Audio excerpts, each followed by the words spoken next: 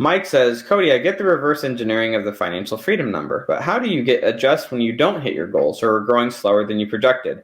I don't think I've ever hit any of my goals ever, really, on the timeline that I expected. I want to get to this amount of money a month by this date. Doesn't happen. But then 6 months later, 4 months later, I do. And then it's like, okay, what's that next target? Some of it is like you have to just course correct. And so how you adjust is you do a review to make sure that you're doing the right things that are going to get you there. So if my goal is to get to a certain amount of money and cash flow, say it's to get to, I don't know, 4,000 a month in cash flow, I'm at 2,000. I need to audit what I'm doing and see if I'm doing the right activities to get me closer to that $4,000 a month. That's what you have to do, is start auditing. Am I doing the right things to get me there? Do I need to look into some other alternative ideas and opportunities within real estate? Like if I'm only doing rentals, should I consider Airbnb? If I'm only doing Airbnb, should I consider, some rentals? If I'm only doing either of those, should I consider lending? I keep a couple $100,000 out, pretty regularly, just lending, so I can get cash flow from interest income. So you can look at some of the other things to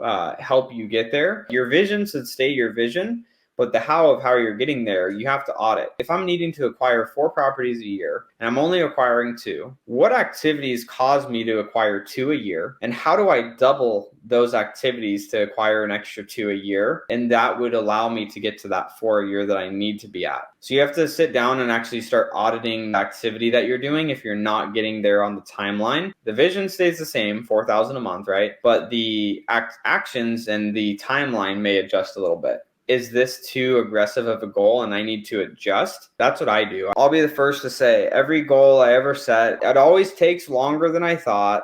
It always costs way more money than I thought. And I always thought I was smarter than I thought at the time. But then every time I look back 6 months or 12 months, I'm like, wow, that was stupid, Cody. Why'd you do that? Or that was a bad decision. But like, those are the things that allow you to learn. And as long as you're learning and auditing yourself and having those self-reflections, you're able to look back and make changes and make decisions for a better future for yourself.